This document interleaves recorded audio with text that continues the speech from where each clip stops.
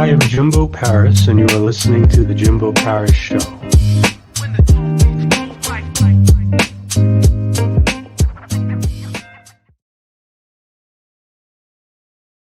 All right. Hello, everyone. This is Jimbo. It's been a while, I think like 3 weeks to be exact. We haven't been around for a while. I was a bit busy, but we're now getting started again. We're now going to get some new guests. And today we have someone quite interesting. It's a expert on organic Facebook traffic. So let's see what she has to say. All right, start. Hey, how's it going? Hi, I'm amazing. Thank you. Yeah, so can you begin by giving me a bit of a brief summary about who you are, what you're about, and what your message is? Yeah, sure. I'd love to share it with you. Well, and I love the fact you said I'm a Facebook guru, but I personally believe that all business owners can actually be gurus with their own Facebook marketing when they know how. And the reason I know that is because I taught myself. So I'm originally from South Africa, so you'll notice this really mixed accent. Now I live in Australia. Moved here 13 years ago. And when I did, I was going to stay and look after my children. I had two 4-year-old daughters, twin daughters, and my youngest was one. And I was going to look after the kids. And my husband at the time, he had a job here in Australia. We were paying our way into the country. So we had no money. I had no marketing background, no experience at all. And what happened in the first couple of years is he was made redundant twice, and they were going to send us back to South Africa. So instead, what I did was taught myself Facebook, and I discovered that it was a great way for me to be able to grow my presence and grow my brand and get myself out there. And I grew a six-figure business without paying for ads, without having any marketing experience, with no startup capital, and without really liking being online. In fact, I don't like being online. I like being offline. So I want to be able to do things simply and effectively, so I can spend more time offline. That's quite interesting. And what sort of pushed you to make this great change and really motivate yourself to start running a six-figure business? Because not too many people can make that jump. Look, initially it was financially because we had in South Africa, we had everything. We had paid off cars, paid off houses. We were well established. But when we came to Australia, we're literally starting from scratch and had nothing, plus paying ourselves into the country and not being on any welfare. So with no welfare, there was really no motivation. And I said that was actually quite a good thing because the only motivation you really have is you have to make it work. Got to get it working. There is no other choice. So when I looked at everyone else and what they were doing, I mean, there was no other choice. All I could do was the time that I had, I could just use it effectively to be able to connect with people and grow a business. And I had no time to waste, and I had no time to, struggle in it or make mistakes. I think the biggest thing for me was focusing on making sure that I had a simple strategy that was easy to implement, especially when you're looking after 3 small children at the time. The reason I actually ended up going into the business of teaching that I learned for myself was because what I found was there are so many business owners out there that are literally winging it. They're crossing their fingers, they're spitting out content, and they're just hoping for the best. And when I looked at my story and what I did, I went, you know what? You don't have to outsource it. You don't have to jump into advertising. I really wanted to empower business owners that they too could do it themselves, and that they don't have to outsource it, don't have to pay for ads, that they can do it if they do it correctly, if they do it well. Do you think the environment that you came from gave you sort of a strategic advantage or disadvantage when it came to getting into this industry? Well, the original industry that I was in was the health, wellness, and fitness industry. So there's no sort of connection between, going into marketing and what I did previously for 20 years, which was, manage health, wellness, and fitness centers.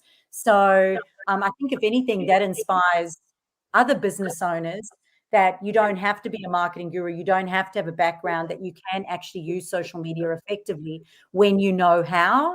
I think it's also important to note that it's not cookie cutter and it's not fluffy and it's not one size fits all. It's important to know that however you are as a person, there's a strategy for you. So if you're introverted or extroverted, you can have a suitable strategy that you'll enjoy implementing, because if you don't enjoy it, you're not going to continue doing it. And secondly, when it comes to all the different platforms, and that you can find your own groove and your own strategy. And just because someone is monetizing a group or someone else is, running a challenge, you don't have to do what everyone else is doing. You just have to do what's right for you and what's right for your ideal client. So from what I'm getting from a lot of this is you're sort of you could correct me if I'm wrong here, but you're sort of a jack of all trades in a sense. You could kind of do everything. Look, I think I'm fortunate enough that, having had the experience in the health, wellness, and fitness business for 20 years, I think what I do is I bring a bit of holistic stuff into the coaching that I have. The understanding that, in the fitness industry, if someone went to a personal trainer and they don't like doing burpees, but you made them do burpees every single day, chances are they're not going to enjoy it. Chances are they're not going to come back, and chances are they're probably going to hurt themselves. And I think it's the same when it comes to social media as business owners. You don't have to not enjoy it. You can enjoy it. You've just got to find something that you enjoy doing. But obviously it has to connect with you, and it's got to connect with your ideal clients. So I think that I bring that into what it is that I do. A couple of the other things that we focus on, besides the business owner being happy with the strategy they get, is making sure that they are very confident and competent in the platform that they choose. So if they choose Facebook, they feel safe using it. And that for me was always a very important thing. A lot of the time people don't use the platforms because they don't fully understand who's seeing what, or how to get a reach or growth, or if they do get trolled, how do they block someone? So because they feel unsafe, it actually stops them from using those platforms. So for me, being able to show people that there is a way that you can have a private public profile has really helped people like lawyers, psychologists, a lot of women in business that potentially have come out of DVO relationships and they are running businesses. They still need to be able to have, or feel safe to have, a public private profile. And when you understand the settings and you understand how to do it, and you've got complete competence in that platform, you can feel safe using it. And when it comes to using the platform and people using Facebook, what's the difference between mainly organic traffic and the other types of traffic, the other type of traffic? Yeah, sure. So the difference between organic and paid advertising, for me and in my experience, unless you get the organic stuff right, it doesn't matter how much money you put behind it, it's not going to work. It's kind of like it's trying to build a house when you don't have the foundations in place. It doesn't matter how much money you put into it. It doesn't matter how much time, it's never going to work. So getting the fundamentals of the basics right is basically the organic traffic. And that is understanding how the platform works. And what I like to say is milk it for everything it's worth. So when you're on the platform and the platform asks you to put in your details and set up your profile, it's important to go through the process and set it up, because the platform needs that information to be able to trigger the algorithm, which is responsible for the organic traffic. And then when you do the fundamentals and you tick the boxes like get reviews online, which shows relevancy online, posting consistently, which shows that your business is consistent, engaging in your ideal customer shows that you're interested in your audience, which means they're going to bring you higher up in the algorithm. You do not have to pay for advertising. The algorithm will actually start bringing you towards your ideal customer, because you are doing all the right things according to that platform. And that's organic traffic. Now, with paid advertising, a lot of people will go and they'll half set up their platform and not fully understand how to do it. And it's kind of, again, like the fitness industry, where they're looking for a magic pill, where they say, I just want to lose weight, but I don't want to eat well for like 8 weeks or exercise for 8 weeks. I just want it now. A lot of people will go into advertising. And, advertising costs a lot of money, and you need a specialist to manage those profiles for you. And really what you're doing is going in and targeting specific people based on what you think. So you're trying to stimulate that algorithm and get it to work for you. Now, if you get it right, it's great. But in my experience, if you do not have the organic fundamental parts right, your return on investment with the advertising can be quite expensive. And why do you think a lot of people veer? Well, you kind of went into it, but people want quick fixes. But what are the advantages to having organic traffic specifically? Because I think a lot of people don't care that much about things like inbound marketing and really building that attraction connection because they don't think it would pay off as well.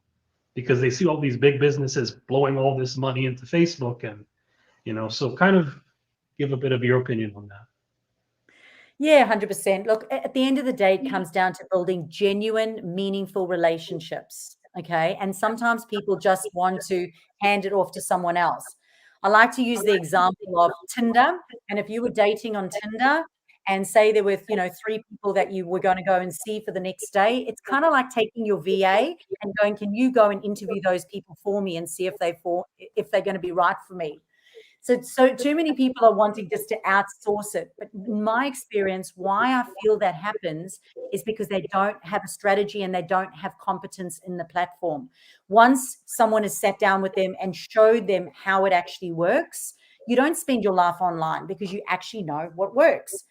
When you have a strategy, it's really easy because you get up every day, you just follow the strategy and it works. So it's rewarding. Too many people have had too many bad experiences, don't fully understand the platform. So they go, well, I'll just outsource it or I'll give it to someone else. Okay, and speaking of strategies, what's the best way to sort of drive interactions on a Facebook page? Yeah, look, obviously, always a hard thing. And in the early days, people would always like, comment, and share. But now, because there are so many social media platforms around, and because news feeds are clogged with so much information, in fact, a lot of ads as well, what happens now is people just scroll. They're less likely to push like, comment, or share.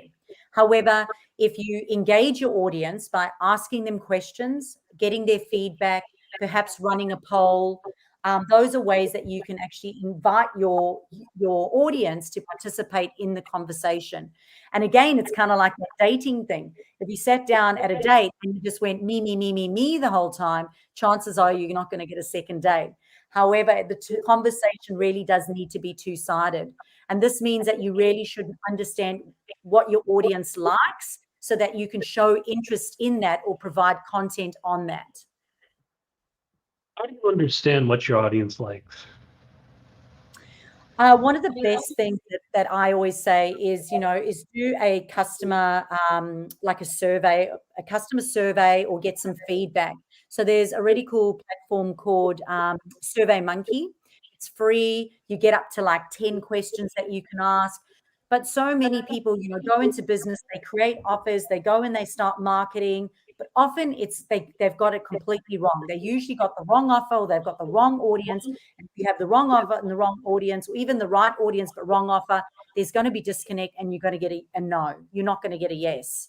So it's important for you to consider who your ideal customer is, and they need to be a paying customer, because too many people go, well, my customers don't have money. Well, then they're not customers. So they might be fans, but your ideal customer is someone who's actually prepared to pay you for what it is that you have. So doing beta things is really awesome. You could go and trial it, take a desirable offer out onto social media, get some people in to test and trial it in exchange for getting reviews and success stories. That is a great way. I often get the business owners that I work with to do that. So that's beta testing. The other one, as I said, is that Survey Monkey, where you can actually go and find out, survey them and anonymously, because if you survey them anonymously, you're more likely to get an honest response. And then have a look at people that you've previously worked with and ask them, take them out for a coffee and say to them, what did you like about this? What are you interested in? What type of content would you like to see more of? And then start creating or experimenting with that on social media. One of the most important things to do then is to go into your insights and check that it's working. So when you go to your insights on any of the platforms, With Facebook, for example, it'll tell you male or female. It'll tell you the demographic of the likes on your page. It'll tell you the demographics of those who are engaging. And then you will know if you're hitting the right market. And what do you think? Do you think a lot of people look at that insights page or they don't look at it enough? So I always say, if you want to be a business owner, you need to own your business. And to own your business means that you've constantly got to be analyzing it and looking at the results and going, is this working or not working? And how can I improve on it? So business, a lot of them don't do it. And certainly those who work with me get taught to do that because it is a valuable information to know if it's working or not working, because else you are literally gambling and you are just winging it. So any business owner that is really passionate about having an income producing, profitable business needs to do the yucky stuff. And the yucky stuff is going and looking at what is working or not working and seeing how you can tweak it. And it doesn't mean change it. A lot of the time people go in and they'll completely change something. It's actually about looking at the process and where exactly the process is going wrong and just tweaking or changing that process. And what's sort of your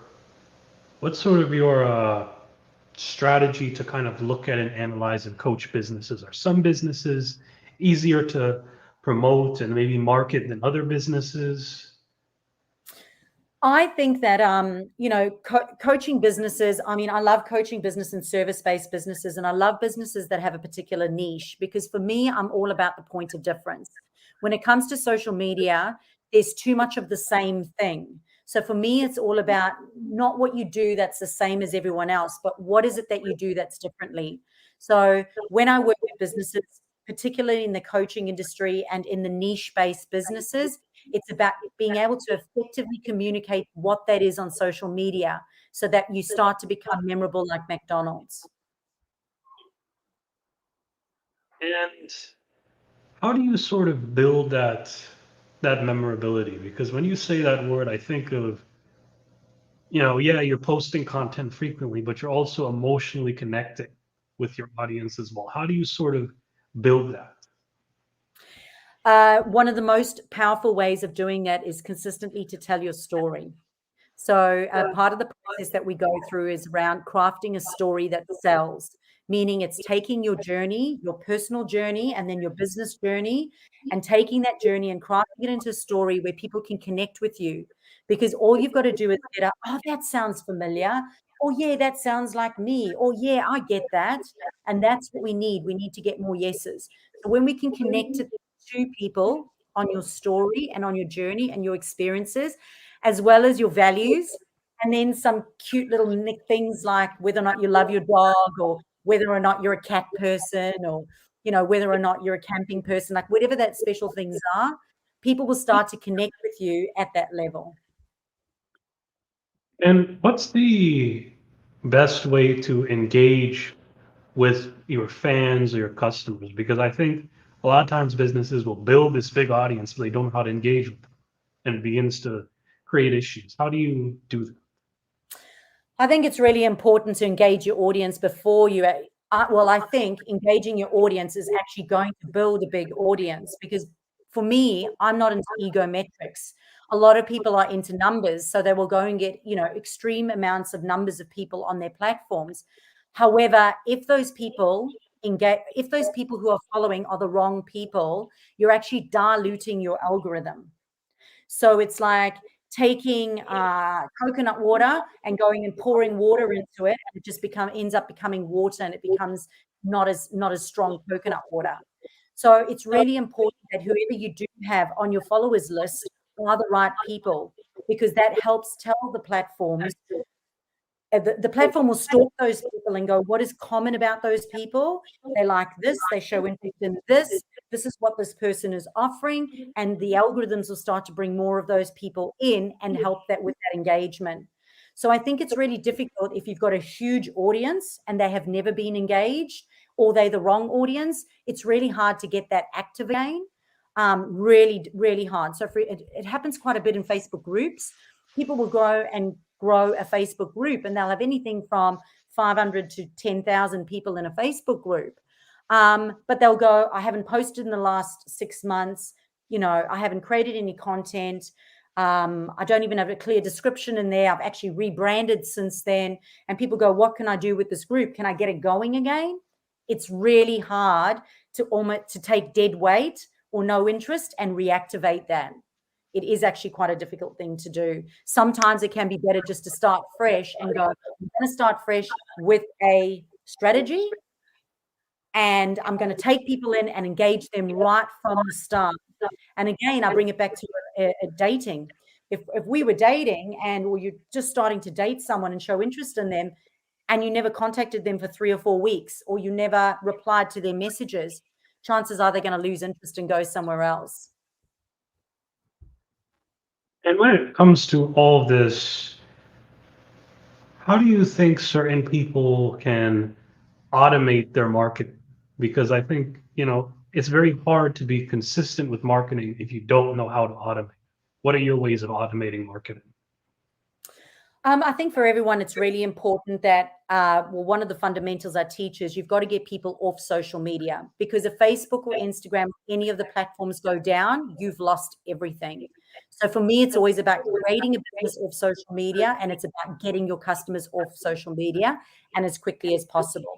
And one of the ways to do that is to have opt-ins or landing pages or ebooks or something that you can use to be able to get an email address, to be able to nurture them. Because on social media, sometimes people aren't ready to buy right now. And they may be interested in what you've got, but it might not be right for right now. Maybe they've got a few questions.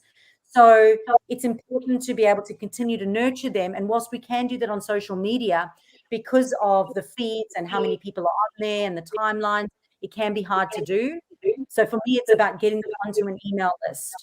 And if we can get them onto the email list through various opt-ins, we often use ebooks. Might do it if somebody books a call, you'll go into the email list. It might be if you run a webinar, they register for a webinar. Maybe if you do a challenge, if they enter your Facebook group, you can grab their email address. So for me, one of the most important sort of systems or automations you can have in your business is to go, well, how am I going to get the email address, and how am I going to nurture them until they say yes? Because people have got to be touched multiple times before you're going to get that yes. And speaking of reaching out to people and all these strategies, one thing that really interests me is, what are some of your best success stories? I want to hear a few. So one of my best success stories was, I've got so many, but it really is relative to the type of business that I have. But I was working with a naturopath, and she had an email database of people that she'd collected off social media. Her social media, she was trying to re-engage, and she rebranded. So we were trying to get that up and running again.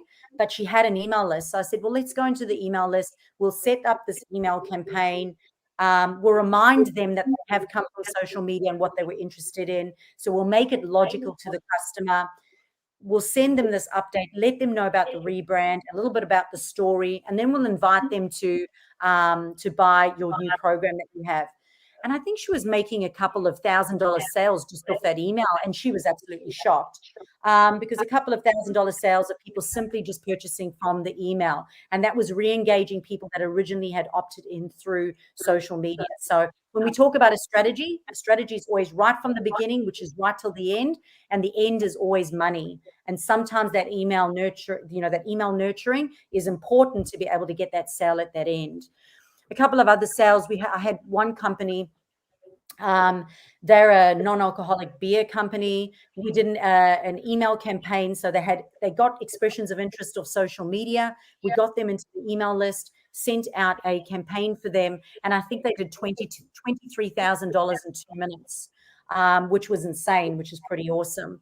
Another coach that I had, she originally started on LinkedIn. She came to me and said she wants to get onto Facebook. She finds it a little bit more user-friendly. She wasn't clear on what her offer is, so we clarified what that was. And because nobody knew her, I said to her, let's start a webinar funnel. Let's create a webinar that your ideal customer is going to want to show up for and watch. And we spent 4 weeks in social media, building that know, like, and trust, creating conversations, getting people into the webinar. And before the webinar even ran, she signed up a $3,200 client. So a person contacted her and said, I love the webinar, I want to show up for the webinar, but can we have a chat beforehand? Which they did, and they signed up for a $3,200 program. So that's organic, that's without paying for anything. That's just following a process and a strategy. And when it comes to following processes and strategies, when's the best time to kind of dig in and focus in on those insights and really getting those numbers up and then sitting back and sort of smelling the roses? Yeah. So for me, I always do it quarterly. So I like to do it quarterly where I'll go and I'll map out what the plan is for the next quarter. And the plan should always be money. How much money do you want to make in that quarter? Well, that means what do you have to sell in order to make that? How many customers is that? Well, where are those customers hiding out? What do they need to hear from me in order to say yes and buy that? And how are we going to get them to do that? How are we going to map that out in the next quarter? And then I will review weekly. I'll go into the insights and review weekly, watch the insights, work out whether or not that's working or not working, and look and make sure that I am at least working towards that goal at the end of the quarter.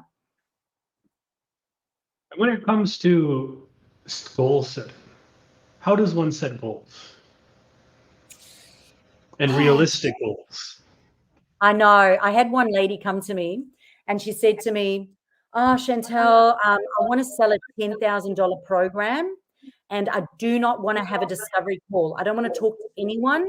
I just want them to see it on social media and click buy and pay $10,000. And I just went, I'm sorry, but you're not Tony Robbins. That ain't going to happen.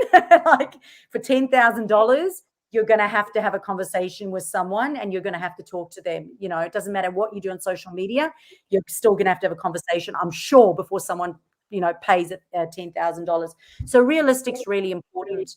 So when we nutted it out and had a look at it, then it's about going, well, for me, it's how much money you got to make. And I think it comes back to my personal story in that we had no welfare. We were really struggling with my 3 daughters and only one parent earning at the time. So for me, I literally did exactly what I said is I worked out how much money I needed to make, made sure that I had a valuable, desirable offer that someone was prepared to pay, worked out how many of those I needed to sell.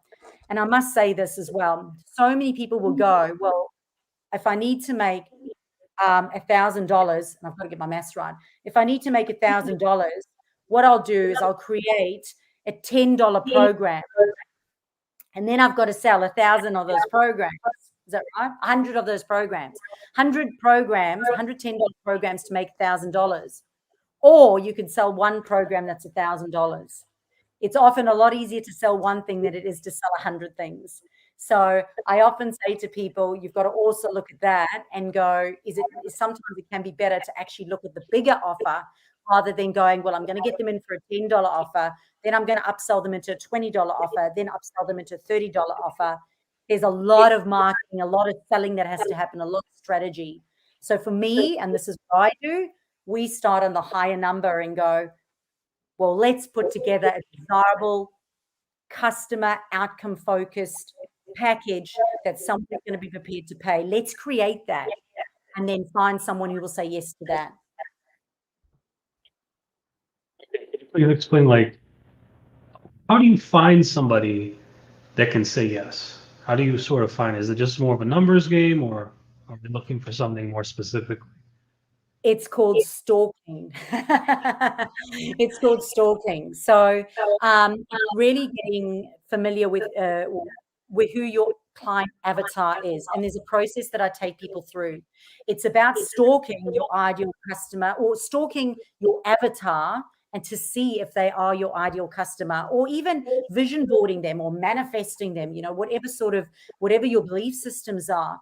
But going, if this is what the program is, and this is what the program or the offer promises, what is the person struggling with? What is their pain and what are they struggling with? Because if they've got that pain and they're struggling with that thing, then this is the answer.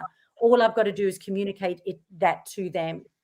So if you're clear on pain and you're clear on the solution, it's easy to find. And then it's about nutting it down and going, well, how old is that person? Because a lot of the time, especially on Instagram, people will go, oh, you know, my ideal client is, I don't know, 25 to 35 years old.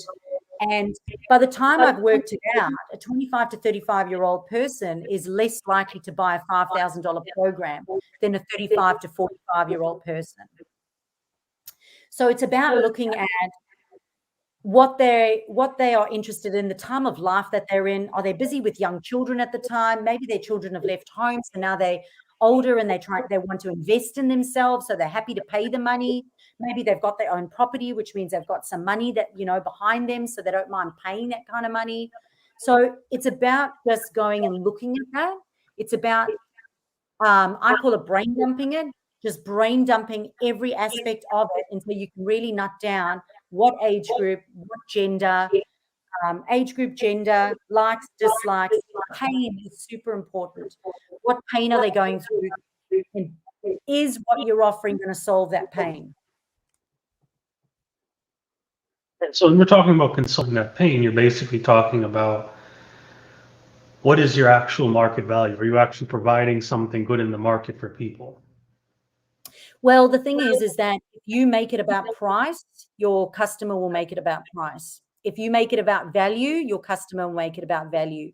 So if you can effectively communicate to them the value of your product and what it's going to do for them, so not the deliverables, but the value of it, it will help. And that works with consultancy, but it also works with product-based businesses. Even if you were to sell a supplement or you're selling a pair of shoes, at the end of the day, if you tell the person that pair of shoes is going to make them, you know, attract their ideal, that pair of high heels is going to make them attract their ideal, you know, partner, and that's what that person's pain point is, they will pay whatever for that pair of shoes. What's sort of the difference between companies that go leading with the price versus go leading with the value? Oh, look, I see it all the time. And look, whatever your strategy is, if you're deciding to make it about price, then you've just got to be competitive. And I don't know if you saw your inbox over Black Friday. Black Friday is everyone, actually for the whole month of November, because this year it seemed that Black Friday was the whole month of November. Everyone was selling everything, and you'd go into your inbox and there were all these offers. And all they were doing was making it about price, because the trend for 2021 has been there's less impulse buying at the moment, meaning that before, if you saw that you could buy two and get one free, you would just click buy right away. In the last year, impulse buying is down dramatically, which means that people will now look at that, work out what the price is per item. They will then go out onto social media, they'll go to Google, they'll go everywhere, and they will go and search and see if that is actually the cheapest amount. They won't just impulse buy. So if a company decides to go down the price way, you've got to now know that impulse buying is down. People are now going to go check that price. They're not just going to purchase. And why is value marketing a lot less competitive? It's not that it's less competitive. For me, it's about whoever communicates best. So whoever communicates it best through your content, whoever communicates it best through use of the platform. So actually understanding how reach happens online, actually understanding how to get the maximum visibility online. Whoever uses social media best and whoever effectively communicates it best is most likely to get the client. And when we do all this and we continue doing all this, do your Facebook skills carry over to other social media and other platforms? Because that would make sense if they do it. Have you taken advantage of that experience you've had with Facebook? So I personally believe that everyone should have one primary platform that they should spend 80% of their time on. So for me, that still is Facebook. Facebook is working for me. But there's other things to take into account. It's not just about the platform that you enjoy using. It's about the platform that your ideal customer enjoys using.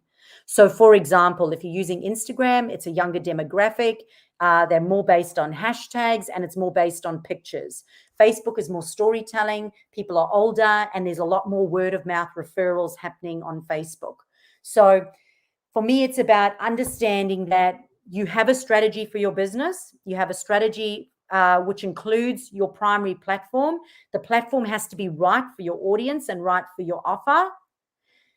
I will spend 80% of my time on that platform, but then I will repurpose the appropriate content on that platform so that I have branding consistency on the others. So my other platforms offer branding consistency and for credibility. They are not my income producing platforms. And I'm happy with that. What usually happens is people try and they make every single platform their income producing platform, and they try and do the same strategy on every platform. Now, how you talk to a 25-year-old is different to how you talk to a 45-year-old, and the type of content that you share is different. So if you disrespect the platform and disrespect the audience by doing the same strategy across the platforms, you are literally cutting off your arms. So for me, it's about having that income producing strategy, making sure that you have the right platform, and focusing 80% of your time on that platform. Okay, so we talked a lot about strategy, but how do you choose an income producing platform? What are some of the ways you could pick these? Again, it just comes down to that valuable offer. If you do not have a valuable offer that someone's prepared to pay you for, and you cannot put it out, no one's going to buy it. So if I take something, so let's use that $10,000 example. This lady had a coaching program. It's $10,000, and she wants to go. If she goes onto Instagram and tries to say, "Hey, listen, buy my $10,000 program," you're just going to get a no. No one's just going to hand over 10,000. You've got to create conversations, and again, you've got to consider the age group. Usually, the 25 to 35 year age group, they're not investing as much money in themselves. The older demographics tend to, because they understand the value of having coaches and they understand the value of investing in themselves. So if it's an income producing strategy, it has to result on money. It's got to be realistic. It's got to be realistic to your audience, realistic to you, realistic to the platform. And you have to be realistic in the fact that, for example, this $10,000 client, she's going to need nurture sequences. She's going to need a strong content plan. She's going to have a strong retargeting plan, a strong growth strategy. She's going to have to do a lot of nurturing. And chances are she might have to have a discovery call or do a webinar to communicate the value beforehand. So an income producing strategy is making sure that the customer journey is correct. So it's not just, here's what I've got, buy it now. A customer journey is what's logical for the customer. What touch points are you going to have with them before you get a yes? And when it comes to certain platforms, when do you think age becomes a factor when you're navigating between different platforms? Do you think Facebook may be better suited for older people and Instagram for younger people? What do you think about all that? Yes, look, generally it is. We do find that older people tend to do better with Facebook. A couple of years back now, I was actually invited to present on Channel 9 News here in Australia. They asked me to talk about seniors using Facebook. So even seniors that are retired are going onto Facebook and using Facebook because they're wanting to connect with their family. They're wanting to use Marketplace. And so they are using the platforms. And in fact, I even teach at one of the retirement villages. They've brought me in a couple of times to go and teach the retired people how to use Facebook safely. So you have to be conscious of, who's on that platform. Of course, there's going to be older people on that platform, but are they buying? So for example, my partner, he's 50 years old. He might be on there. He might be looking at motorbikes. He might be looking at, sport because of the pictures, because men love pictures and they love to look at pictures. So they might be on Instagram for the pictures and for the videos. It doesn't mean they're necessarily buying. So it just comes down to who's actually going to be buying in the end. When it comes to you as a user or you working with people, what do you think is the future of your business and what you want to do?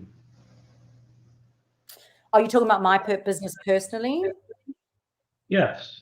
Because like you have a lot of skills in working with Facebook pages and social media marketing. Are there any new steps and stages you'd like to do? Yeah, so when COVID happened, a lot of people obviously understood that they now wanted to go online. So previously they'd gone, oh, I don't want to go online. They were just avoiding it because, again, it's scary and learning new things are scary. But when COVID happened, they realized they had no option but to. And because one of my points of difference is I physically sit down with people, or physically even through Zoom, and be able to show them exactly how to set up and use their profiles properly, along with giving them a strategy and a plan. But a lot of people came to me and said to me, now that they had the strategy, they also wanted social media management. So we have started to do social media management. But again, we do it with a twist because we don't believe in cookie cutter. We don't believe in fluffy. And we believe in socials with feelings. And we don't believe that socials are going to work if they are general and if there's no tone of the business owner, no tone or feeling of the business. So we created a social media management package that includes the business owner being involved, but we have managed some of the stuff for them to take away that load. Great, great. And I think the next thing we want to get into is sort of your website. Let's take a quick look at your website. All right, DJ, can you please bring up the website? Let's look at that for a second. So one of the things we did with last year or during COVID is I rebranded from Facebook strategist to online business strategist. And the reason I ditched Facebook was because when artificial intelligence started, increased during COVID. So when they had less humans managing Facebook and more AI managing Facebook, what they ended up doing was every time somebody lost their platform, or their platform got deleted, which can happen. You can just suddenly lose your platform. Everyone would call me because they think that I was Facebook. So I got inundated with people calling me. I also got inundated when people got divorced and they were like, oh, I don't want them having access to my platform. And so, and I really wanted to focus on the strategy side of it and, be respected and acknowledged for the strategy side of business stuff that I do. And hence why we rebranded probably about a year or two ago to Online Business Strategist. I think my DJ disconnected, so can you bring it up, please? Are you good? Can you bring the website?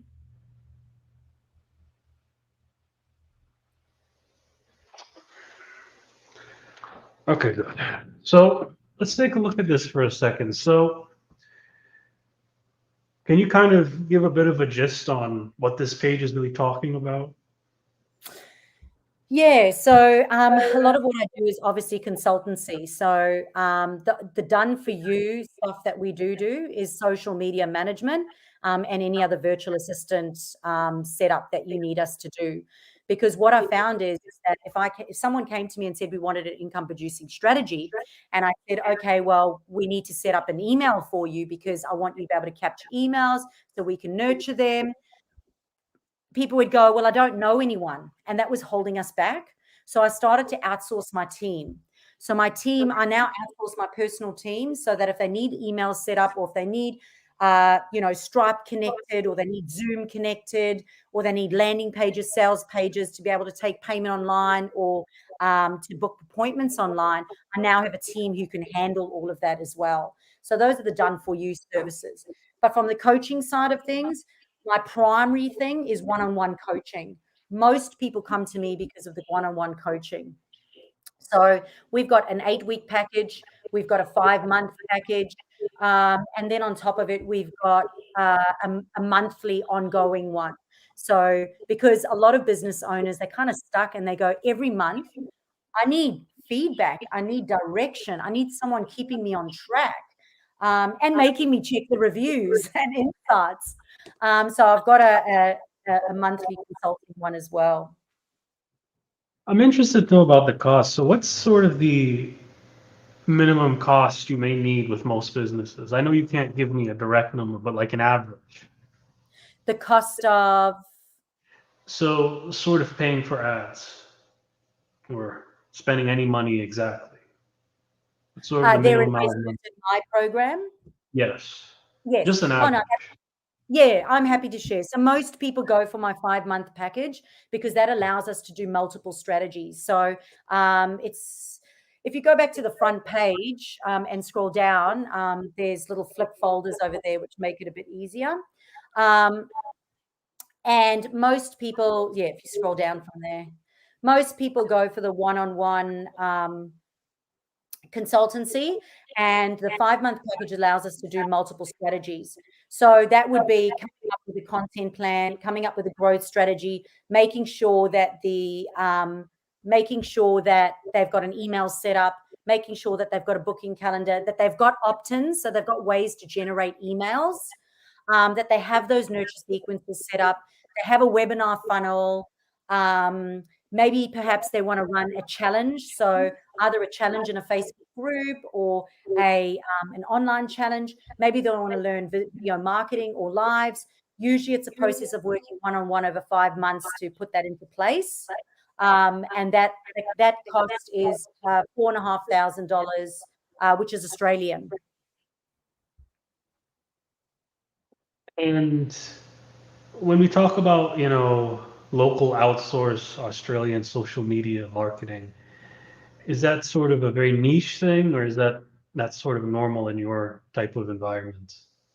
No, that is search engine optimized. So that is the keyword phrase which basically differentiates myself. So when people go into Google and they'll have a look, is that I can be outsourced as a consultant. So they can't employ me full time. I'm just outsourced on a consultancy based. Sorry, you broke up there. Done for you. Yeah, so with the done for you services, everything is done by an Australian team that is trained by me. So the social media managers and the virtual assistants, all of them are Australian. So we do not outsource them offshore. Keep all of them as Australian, and I oversee and I train all of them. Okay. And then the next one, the free resources. What types of resources do you offer to people that are not paying? Do you sort of help people like that too, or how does that Definitely, work? 100%. So if you have a look at the free resources page, and this is really important for anyone who has sort of a website, or if you're trying to build that know, like, and trust, you can repurpose your content into blogs. So I always tell everyone, you don't have to pay me a cent. All you've got to do is go read every single one of my blogs, and you'll be able to do it. You just won't have the feedback. So with the free resources, we've got blogs, we've got podcasts, so people can obviously listen to the audio. And then we've got a free downloads page. So if you click into the free downloads, this is what we talk about, being able to get email addresses from people and nurture them. So, we've just created a 2022 content calendar so people can come onto the website and download that. They can get an ebook, 21 content ideas that outsmart the algorithm. There's a Facebook ads checklist for those who need to see if they're ready for Facebook ads. And there's a couple of other checklists there and templates which people can download and use. Okay. All right. And the final one, courses. I didn't really hear too much about courses when I was speaking with you. What's that about? Yeah, so, like anyone, your time is obviously, you only have a certain amount of time, especially as a consultant. So I do have online courses available as well. So anyone who works with me one-on-one gets all of those courses included in their program, and it's lifetime access. So when Facebook, Instagram, or any of the platforms change, I'll actually go and update that content. So in those courses, it takes you through coming up with an income producing strategy for Facebook. There's a do-it-yourself Facebook ads program, which we created, which shows you what to do when you're starting out in ads. Then we've got an online marketing online course as well. And that shows you how to set up your email, shows you how to set up a podcast, shows you how to lay out your website. It shows you how to create your opt-ins, how to come up with email subject lines, structure nurture sequences. And basically, if people, because I really want, I'm very passionate about startup businesses because that's obviously where I started. So it just allows business owners that are starting up who may not be in a position to afford one-on-one coaching. It allows them to be able to go on and buy the online course. Okay. This was really great. All right. And I noticed you also have a YouTube channel. What do you use the YouTube channel for? Yeah, so Google is the number one player in the world. Facebook's only number two. And of course, YouTube is Google. So we want to make sure that we're ticking all the boxes. And again, it might be the South African in me. Maybe I just like to milk everything for what it's worth, but I like to just get the most out of everything.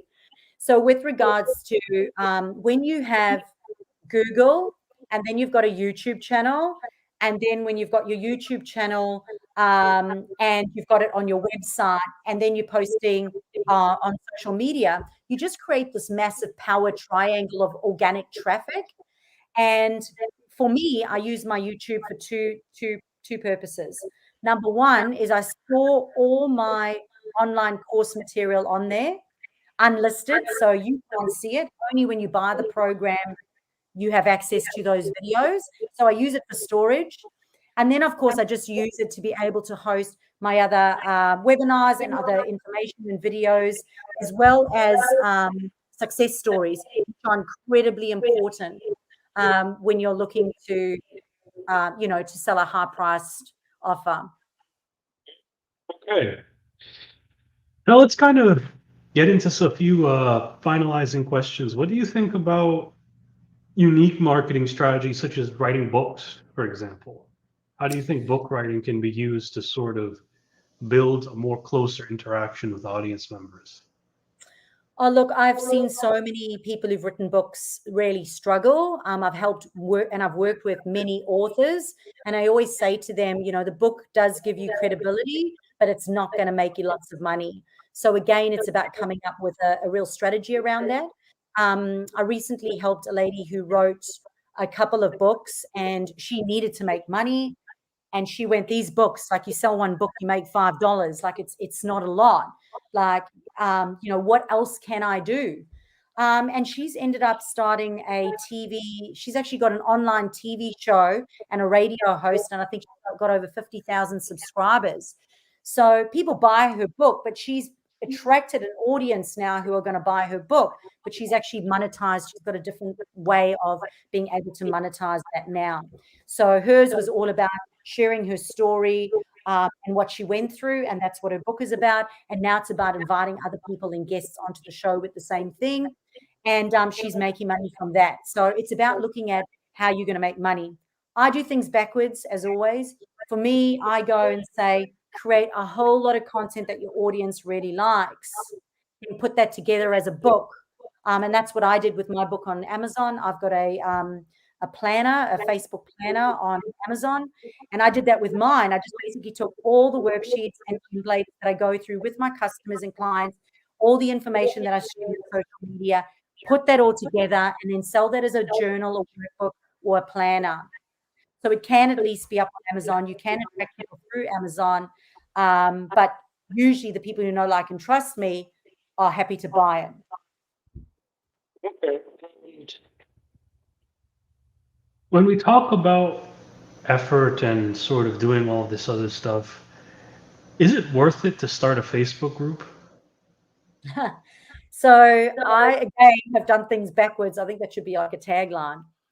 I believe in a lot of people will start a Facebook group and they will pull people into the Facebook group and then nurture them and sell them into programs. One of my strategies is getting off social media. So I will go into Facebook groups because other people are managing them and they're taking the time. I will go into those groups where my ideal customers are. I will engage in the audience, I'll share relevant content, and I will then pull people in to my email list. I will nurture them from my email list. And then, if, for example, my mastermind group, you pay $97 a month, and then I'll put you into my mastermind group. So I've monetized my group. So therefore, the time that I spend running that group is worth it because I'm actually getting paid for that. So it's just another way of doing things. There's no wrong or right. I do work with businesses that do the other way, but I've simply shared with you that there is another way. And a lot of people don't know that there is another way. They just think they've got to do this this one thing, there are a couple of other funnels that you can use. What are some of these other funnels? We mentioned them earlier. So running challenges is one of them. So for example, I've got a client at the moment. She's a Pilates instructor. She's running a 5-day cleanse. So she went onto social media for 4 to 6 weeks beforehand, marketed it through, sold people, $27 into this group. Every day she'll give them a Pilates session and she'll take them through a cleansing routine, has given them some eating plans and other things. And then at the end of the 5 days, we'll upsell them into her actual program. So challenges is one of them. With their webinar funnel that we spoke about, you can run organic competitions as well. And collaborations is fantastic. So for example, what you and I are doing today is obviously a collaboration. You're going to be in front of my audience. I'm going to be in front of your audience. It's another way to be able to, it's another funnel. It's another funnel. And what are some, if you could go back in time and speak to a younger self, what would you tell her? Oh, the number one thing that I wish that I'd done better in the beginning was, I think, managing time. I think being a lot more accountable for the time that I spent on things is like, I've only sort of mastered that in the last couple of years when I've become super busy in my business. But I think that I would have fluffed around a lot less if I'd prioritized my time and blocked it out and done that in the beginning. And I think that's where one of my taglines come from, is like, if you want to be a business owner, own your business. You got to do some of the yucky stuff. One of the other things I wish I'd learned is probably paid a little bit more attention to the setup of things. So whenever you set up something in your business, like if you're setting up Zoom and it takes you through the process of answer this and now do that, don't just create an account and like log in and go, okay, I'll do that later, because later never comes. Dedicate like a whole day, because whatever vehicles you're going to use in your business, you've got to make sure that you know how that vehicle runs, and that you can get the best mileage out of it. So I think if I had to go back, probably be time management, and it'd probably be around fully understanding every platform. And I do that now in my business. Anything that we use in my business, even though I don't like it, and now I might have a team member who does it for me, I will still make sure that I know how to use it. And what are some takeaways you could sort of give to the audience, some advice you would give to them if they want to market their businesses? Should they go So to number you? Should one, they maybe think for themselves first? What do you think? for me, it's always about investing in yourself. So I want people to invest in themselves. So firstly, I want everyone to know you can do it. Like if little old me can do it, little old me who's hyperactive, non-techie, like not this way inclined at all, and I taught myself and I'm enjoying it because it's profitable and I don't spend my life online, then you can do it too.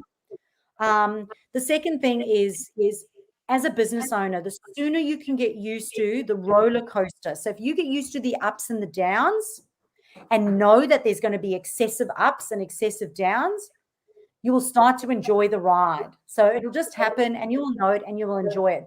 So it won't knock business owners back so much. Because I think about how many times when I was starting out, I was crying and miserable for days and so frustrated and stressed. And I think now that I just accept it, I go, okay, well, that didn't work. Let's try something else. So the sooner we can do that, the better.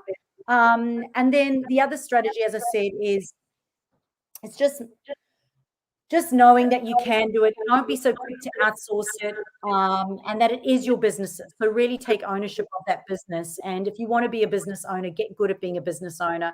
And it doesn't have to be horrible. It can be enjoyable. Great, great. And I think we're coming to an end here. So any last words? Anything else you'd like to give to the audience here? No, just thank you so much just for the opportunity to come and inspire other business owners. Being in business can be tough. Most business owners don't want to work for someone else. And unfortunately, with COVID, many people have been forced to work for themselves. And so I just love to be able to inspire them and show them that it is possible and you can do it. And I just wish everyone the absolute best in their business and just have an absolute blast with it. Excellent, great. And I am Jimbo Paris, and this is the Jimbo Paris Show. Also, take note, we are also promoting Allison Cosgrove's content and David Medansky's content. Break the Chains of Dieting. It's available now online. Go and buy one right now. All right, thank you again. Right. Thank you for listening to the Jimbo Paris Show.